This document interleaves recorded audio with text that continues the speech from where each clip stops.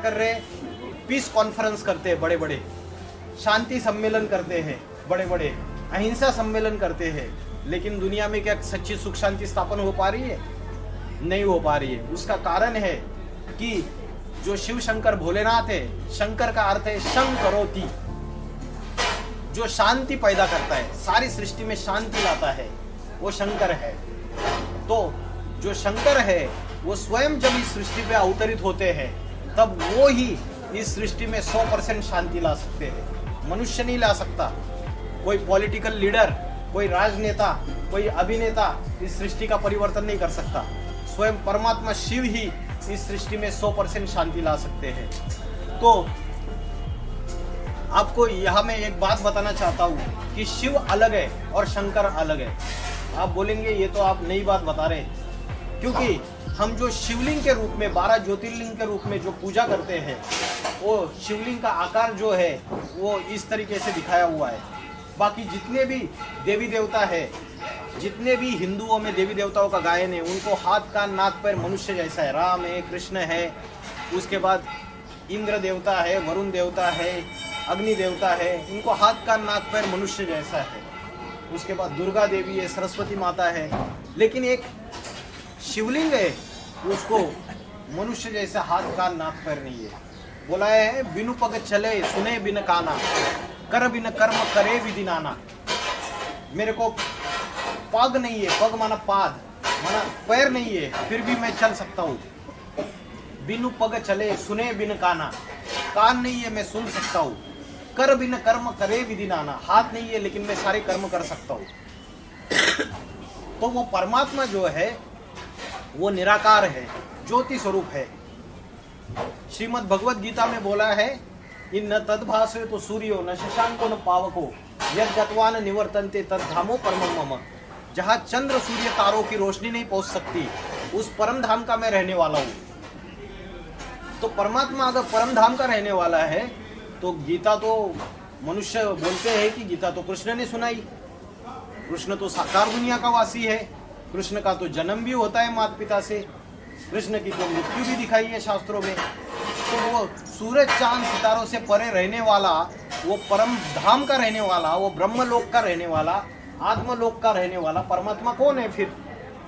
जिसने गीता सुनाई, जिसके लिए बोला है भगवान उवाच। तो वो जो परमात्मा है वो निराकार है, ज्योति स्वरूप है, वो शिव है, वो निराकार ज्योति स्वरूप, जिसके लिए बोला है अजन्मा, मैं जन्म मरण के चक्र में नहीं आता हूँ। परमात्मा स्वयं गीता में बोल रहे मैं जन्म मरण के चक्र में नहीं आता हूँ, अजन्मा हूँ।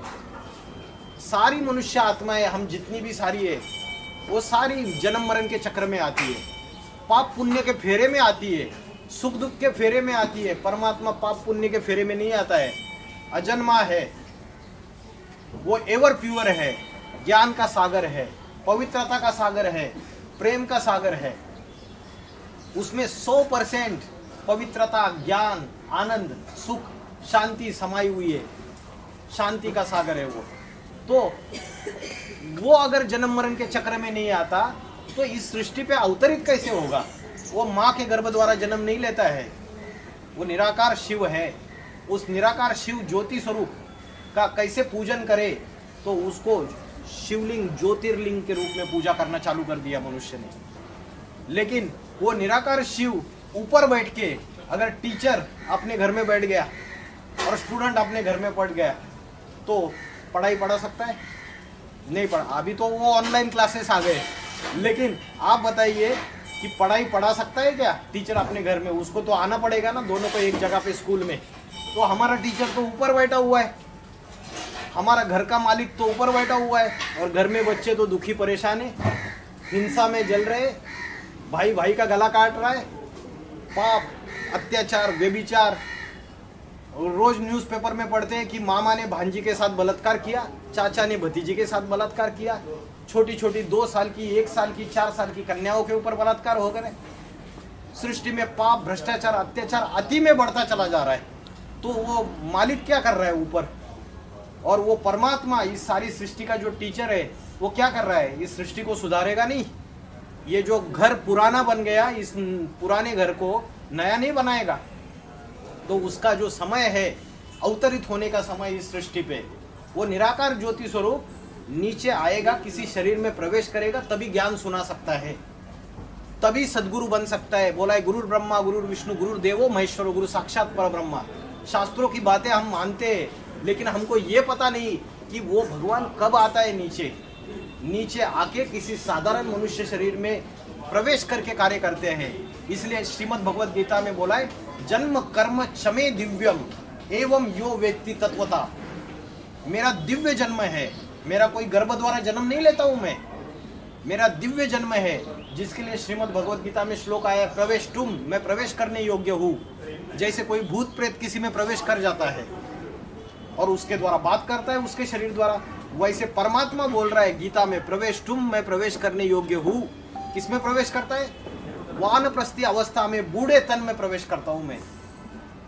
60 साल की जिसकी आयु है वृद्ध तन, उस शरीर में मैं प्रवेश करता हूं कलयुग के अंतिम समय में, और उसके द्वारा सच्ची गीता सुनाता हूं, सच्चा गीता ज्ञान सुनाता हूं।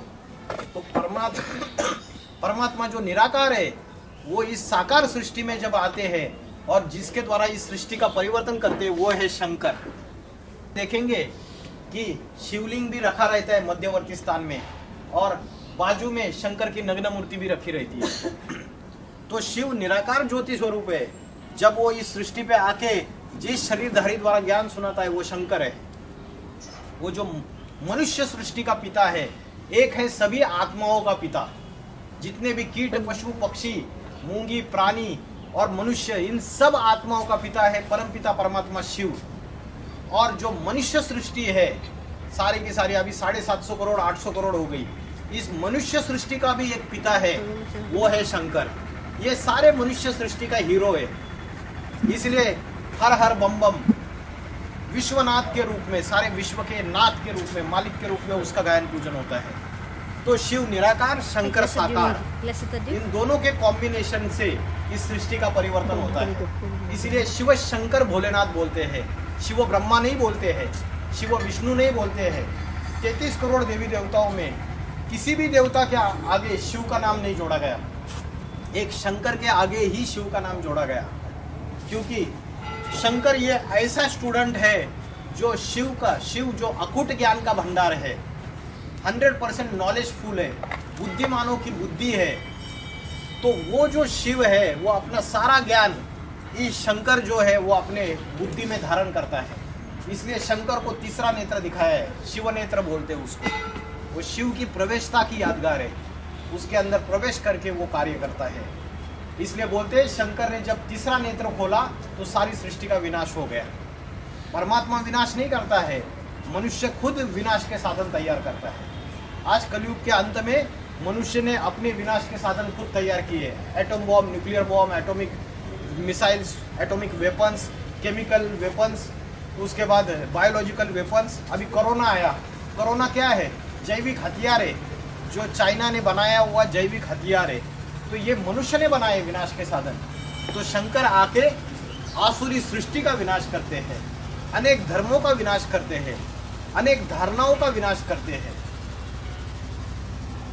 मनुष्य के अंदर जो राक्षसी संस्कार है उसका विनाश करते हैं। क्योंकि आत्मा के अंदर अभी 5 भूत है, काम क्रोध लोभ मोह अहंकार, और इस 5 भूतों ने आत्मा के अंदर प्रवेश किया हुआ है। जिसके लिए बोलता है कि है ना कलियुग, तो कली ने सबके अंदर प्रवेश किया हुआ है। कलियुग का अर्थ क्या है पता है आपको? कलियुग का अर्थ है कलह क्लेश का युग। कलह क्लेश माना झगड़ा टंटा। तो आज सृष्टि में कलह क्लेश बढ़ता चला जा रहा है।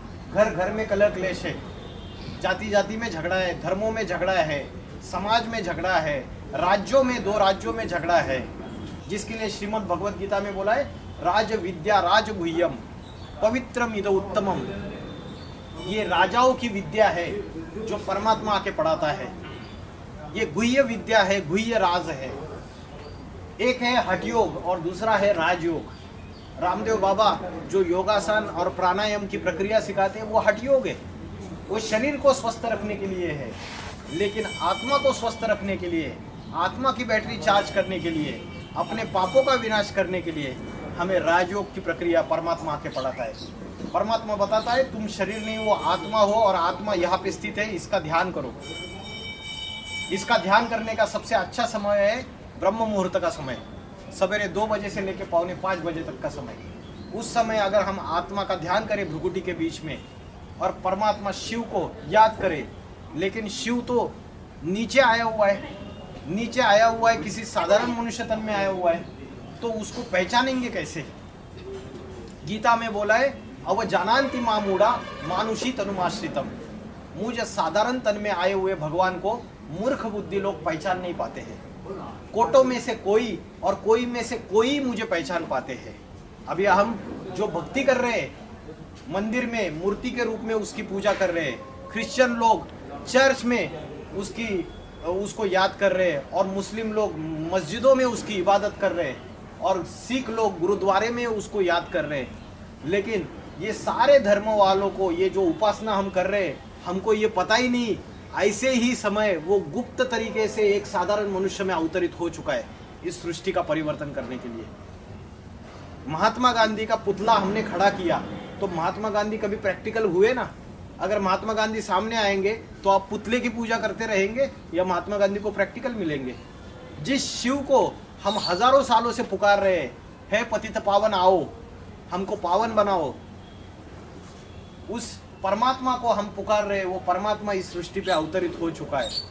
कोई तो समय है जब उसको इस सृष्टि में आना पड़ता है, तो वो इस सृष्टि पे अवतरित हो चुका है। और ये राजयोग की जो पढ़ाई है, ये शिक्षा पढ़ाता है।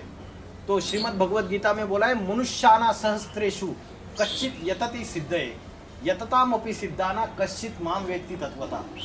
हजारों मनुष्यों में, सहस्त्रों मनुष्यों में कोई कोई मुझे पाने के लिए प्रयत्न करते हैं। उस परमात्मा को पाने के लिए थोड़े लोग ही प्रयत्न करते हैं, सभी प्रयत्न नहीं करते। बाकी तो भौतिक सुखों में बुद्धि लगी हुई है सभी की। अच्छा खाना, अच्छा पीना, अच्छा पहनना, साधनों का भोग भोगना, इंद्रियों का भोग भोगना, इसके ऊपर मनुष्य की बुद्धि नहीं जा रही है। जानवर भी तो सारे कर्म करते हैं, तो जानवर में और मनुष्य में कुछ फर्क है या नहीं है? मनुष्य तो बुद्धिमान प्राणी है सारी सृष्टि का, मनुष्य सबसे बुद्धिमान प्राणी है, और उस बुद्धिमानों की भी जो बुद्धि है वो परमात्मा शिव है। तो वो जो शिव है वो जब इस सृष्टि में आता है तो शंकर के द्वारा इस सारी सृष्टि में आसुरी वृत्तियों का, राक्षसी वृत्तियों का, अनेक धर्मों का विनाश कराता है और एक आदि सनातन देवी देवता धर्म की स्थापना करता है। हिंदू धर्म जिसको असली में सनातन धर्म है, वो अभी प्राय लोप हो चुका है। अभी सनातन धर्म की संस्कृति अभी रही नहीं है। आज से 500-1000 साल पहले राजा अगर लड़ाई में मारा जाता था तो रानी जलती आग में कूद जाती थी, जोहार कर लेती थी। रानी पद्मावती की कथा आपने सुनी होगी, लेकिन परपुरुष को अपने शरीर को हाथ नहीं लगाने देती थी। ये भारत की नारी की पवित्रता है, सती सावित्री का देश है भारत। लेकिन आज क्या हो गया? भारत की नारी की वो सती सावित्री का देश नहीं रहा। अभी हमने पाश्चिमात्य संस्कृति, ये जो दूसरे धर्म है उनकी धारणाएं शुरू कर दी। अभी डाइवोर्स होने लगे स्त्री, तो ये जो व्यभिचार सृष्टि में फैल गया, ये सृष्टि के विनाश का कारण हो जाता है। श्रीमद् भगवद गीता में बोला है अधर्मा विभवात कृष्णा प्रदुष्यंती कुल स्त्रिया। कुल की स्त्रियां प्रदूषित होने से, कुल की स्त्रियां अपवित्र होने से अधर्म फैल जाता है, और अधर्म फैलने से जो अभी संतान, जो बच्चे पैदा हो रहे हैं, वो वर्ण संकर बच्चे पैदा हो रहे हैं। वर्ण संकर माना मिक्सचरिटी वाले, सनातन धर्म की संस्कृति वाले बच्चे पैदा नहीं हो रहे। तो ऐसी सृष्टि की हालत हो जाती है, जो संतान पैदा हो रही है वो भी दुखदाई पैदा हो रही है। आज वो संतान पैदा होते भी माँ को इतना कष्ट हो जाता है कि आपका क्या, वो सिजेरियन ऑपरेशन करना पड़ता है। जैसे बिच्छू होता है ना, बिच्छू को अभी देखा कि वो बिच्छू का जब बच्चा पैदा होना होता है ना, उसके माँ का पेट फाड़ के बच्चा पैदा होता है, बिच्छू नहीं मर जाती है और बच्चा पैदा हो जाता है। तो आज भी माँ जब बच्चे को जन्म देती है तो वो मरणासन्न पीड़ा को सहन करती है। पता नहीं होता है कि बचेगी, जिंदा रहेगी या नहीं रहेगी। तो ये क्यों हो गया?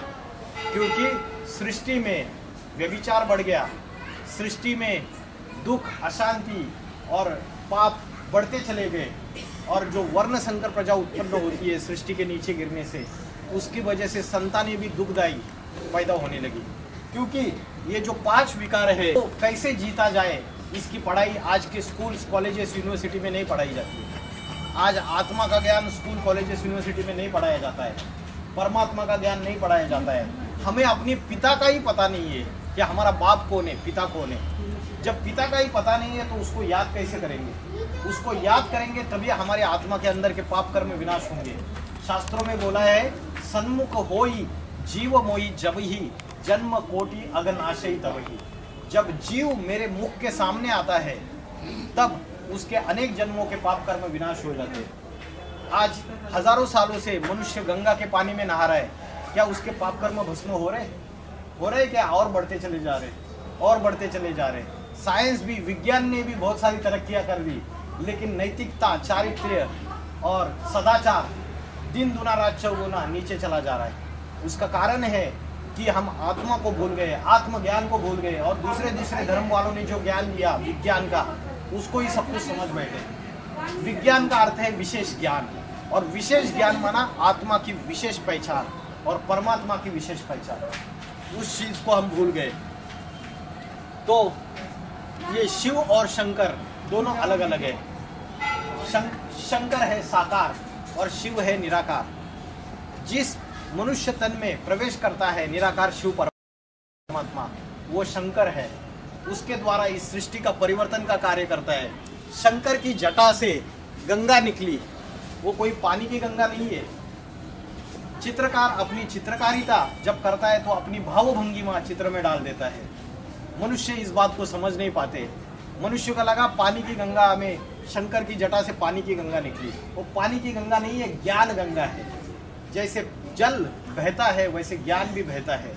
भगवान आके सृष्टि पे जब अवतरित होता है, पानी की गंगा नहीं बहता, ज्ञान की गंगा, क्योंकि उसके बुद्धि में ज्ञान समाया हुआ है सृष्टि का, आदि मध्य अंत का। वो बुद्धिमानों की बुद्धि है। गीता में बोला है, इंद्रियानि परान्याहु, इंद्रिया बड़ी प्रबल है। इंद्रियानि परान्याहु, इंद्रियोभ्य परम मनः, इंद्रियों से मन प्रबल है।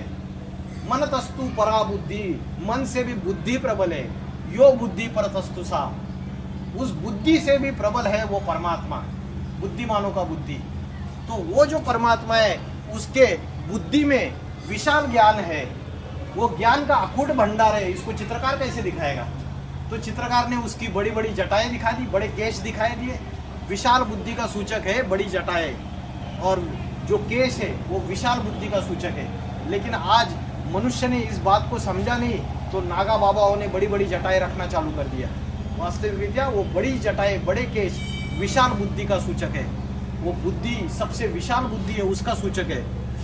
उस विशाल बुद्धि से ज्ञान गंगा निकलती है, और उस ज्ञान गंगा में शास्त्रों में बोला है, उस गंगा में जो मनुष्य स्नान करते हैं वो मनुष्य के पाप धुल जाते हैं, वो नई दुनिया स्वर्ग में सतयुग में आ जाते हैं।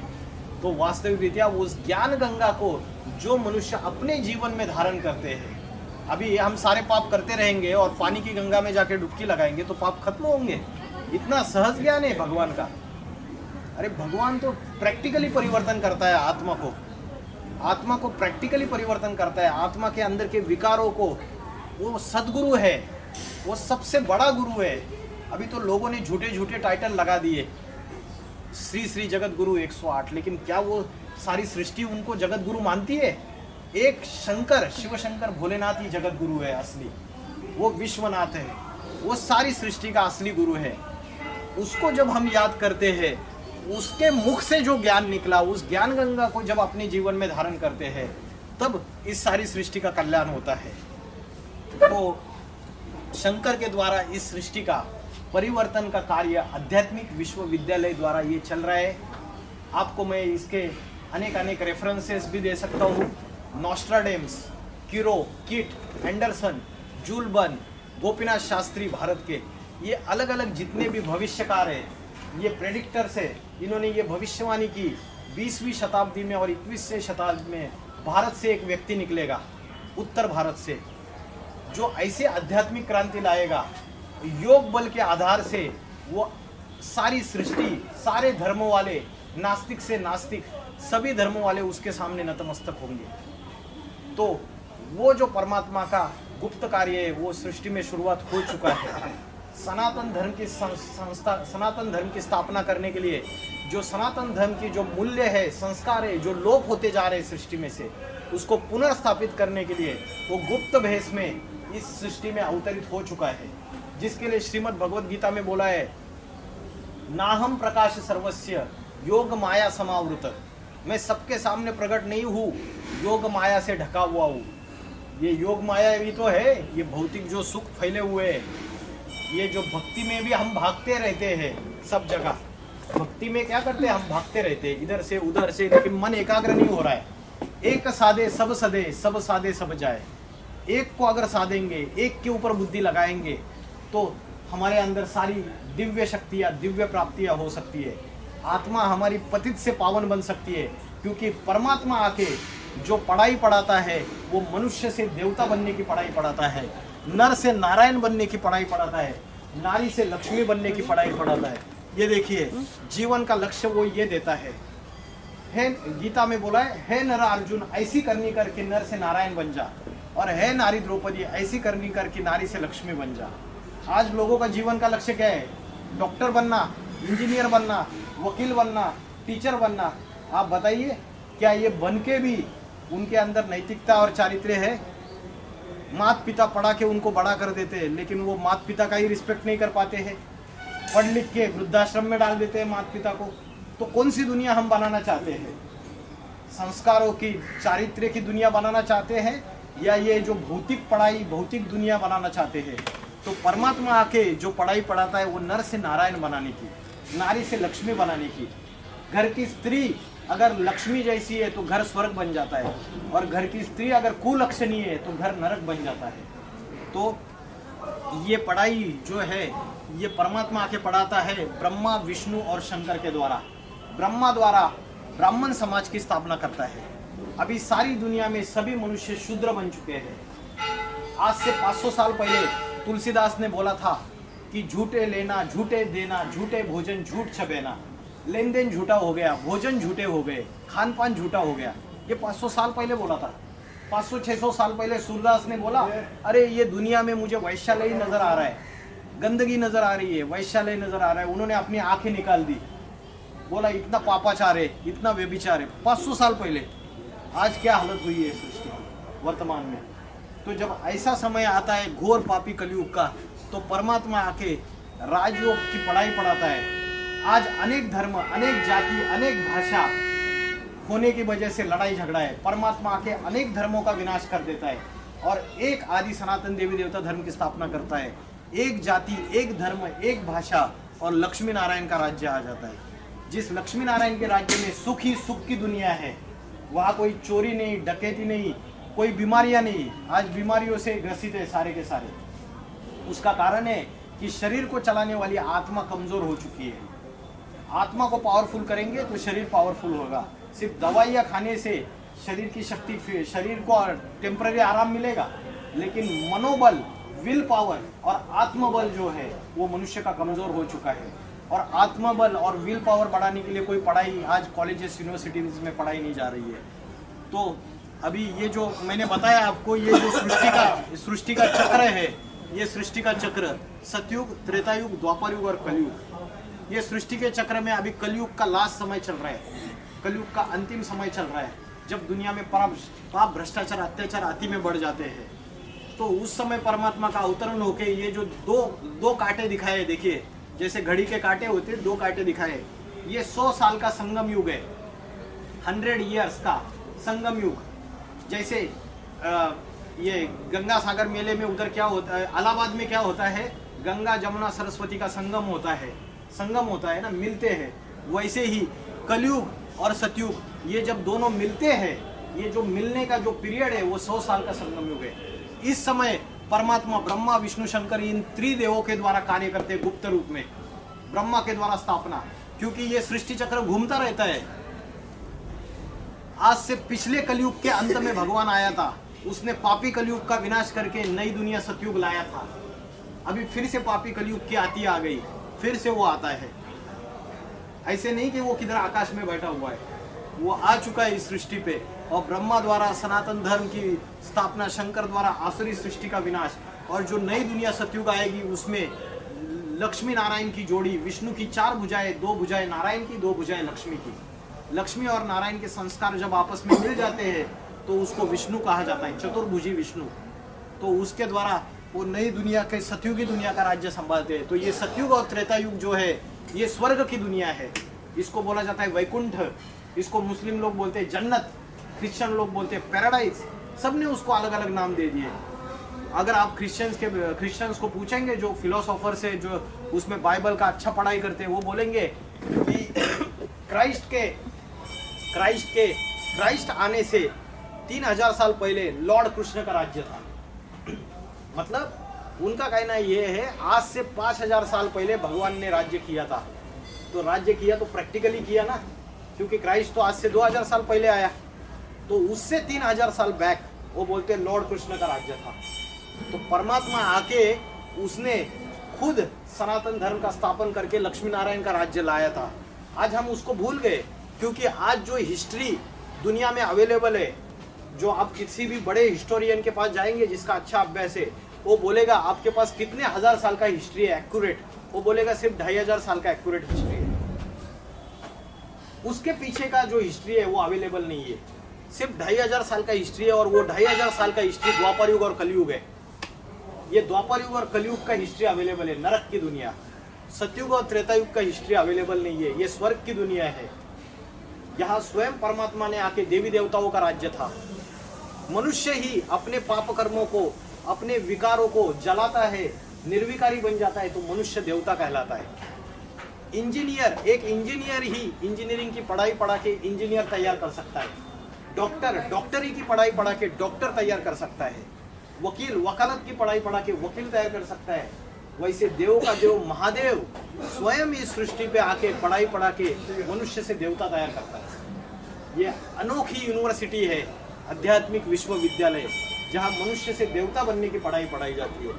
तो सतयुग और त्रेता युग ये स्वर्ग की दुनिया है। और मुसलमान लोग बोलते हैं कि जब कयामत का समय आता है तो खुदा क्या करता है, मुर्दों में जान फूंक देता है। तो मुर्दे हम सारे क्या बन गए अभी सृष्टि में, मुर्दे ही तो बन गए, क्योंकि हमें ना आत्मा का ज्ञान है ना परमात्मा का ज्ञान है। हमारी बुद्धि जड़ बुद्धि बन गई, हमारे अंदर वो ज्ञान नहीं रहा, तो जैसे मुर्दे जैसे बन गए। तो परमात्मा आके मुर्दों में जान फूंक देता है। जान माना चैतन्यता, हमारी बुद्धि चलायमान हो जाती है। मनुष्य का अर्थ है, मनुष्य माना मनन चिंतन मंथन करने वाला, जो बुद्धि का उपयोग करे, मनन चिंतन मंथन करे। लेकिन आज हमारा मनन चिंतन मंथन रुका हुआ है। आज सृष्टि के गहरे रहस्य, परमात्मा का ज्ञान हम भूल चुके हैं। तो परमात्मा आके फिर से वो बुद्धि मन चलायमान कर देता है, और वो बोलते हैं कि है ना, मुर्दों में जान फूंक देता है। और बोलता है खुदा का तख्त 8 फरिश्ताओं ने उठाया हुआ है। तो ये 8 फरिश्ताओं ने जो उठाया हुआ, बोलते हैं शंकर की जटा में, आपने देखा है 8 की माला दिखाते हैं शंकर की जटा में। शंकर के गले में 108 की माला दिखाते हैं। ये 108 माला के जो मनके हैं रुद्र, ये रुद्र कौन है? और शंकर को स्वयं महारुद्र बोला हुआ है। तो ये रुद्रगण कौन है?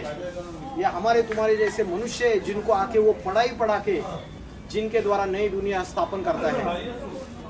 आपने शास्त्रों में कहानी सुनी रहेगी, जब सृष्टि में प्रलय होता है तो मनु है, उसकी नवैया बच जाती है बस, और मनु उसमें 108 बीजों को एकत्रित कर देता है, और बाकी सारी सृष्टि का प्रलय विनाश हो जाता है। तो वो 108 बीज कोई पौधे के, कोई झाड़ के, जड़ी बूटी के बीज नहीं है वो, ये 108 मनुष्य आत्माएं हैं, जिनको जैसे कोई भी गुरु आया, उसने अपने चेले, अपना ज्ञान किसी चेलों में दिया। शंकराचार्य आए, उन्होंने 12 चेलों को ज्ञान दिया, वो 12 चेलों ने चारों तरफ फैला दिया। जीसस क्राइस्ट आए, उनका भी 12 चेलों ने ज्ञान उठाया, सारी सृष्टि में फैला दिया। वैसे शंकर के द्वारा जब वो महारुद्र इस सृष्टि पे अवतरित होके ये ज्ञान की गंगा उसके मुख से निकलती है, तो 108 रुद्रगण मनुष्य आत्माएं वो ज्ञान अपने जीवन में हाईएस्ट धारण कर लेते हैं, और वो सारी सृष्टि में फैलता है ज्ञान। इसलिए बोला है जब विनाश होता है, प्रलय होता है, तो मनु की नवैया बच जाती है। बोला है शंकर चाप जहाज, जय चढ़ उतरे पार नर बूढ़त सकल संसार। जो जिसने उस शरीर रूपी जहाज का आधार लिया वही बच जाएगा। जो महाकाल के शरण जाएगा उसको काल क्या खाएगा? वो उस महाकाल के शरण जो जाएगा उसको काल नहीं खा सकता। इसलिए श्रीमद् भगवद गीता में बोला है, सर्वधर्मान परित्यज्य मामेकम शरणम व्रज।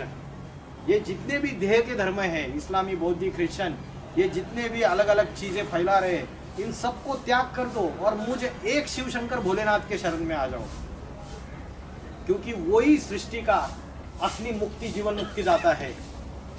शंकर विश्वनाथ कहलाते, तो कब विश्व का मालिक बना? ये जितने भी नॉस्ट्राडेम्स, किरो, किट, इन्होंने जो बताया है कि वो भारत से, उत्तर भारत से व्यक्ति निकलता है। आज अयोध्या में राम मंदिर बना रहे, लेकिन हम बोलते हैं कि राम स्वयं ही आ चुका है इस सृष्टि पे। वो स्वयं ही अपना मंदिर बना रहा है, वो स्वयं ही अपना संगठन स्थापन कर रहा है। मनुष्य को उसका मंदिर बनाने की ताकत नहीं है, मनुष्य तो विकारी है। वो स्वयं अपनी सृष्टि तैयार करता है, क्योंकि नई सृष्टि, नया मकान जब बनाएंगे तो उसमें ये सारे 750-800 करोड़ को लेके जाएगा क्या? सबको लेके नहीं जाएगा। जो मनुष्य अपने अंदर के 5 विकार, काम, क्रोध, लोभ, मोह, अहंकार को जला के पतित से अपनी आत्मा को पवित्र बनाएंगे, ऐसे पवित्र आत्माओं के द्वारा नई सृष्टि शुरुआत करता है और सनातन धर्म स्थापन करता है। तो इतना बोल के मैं रुकता हूँ।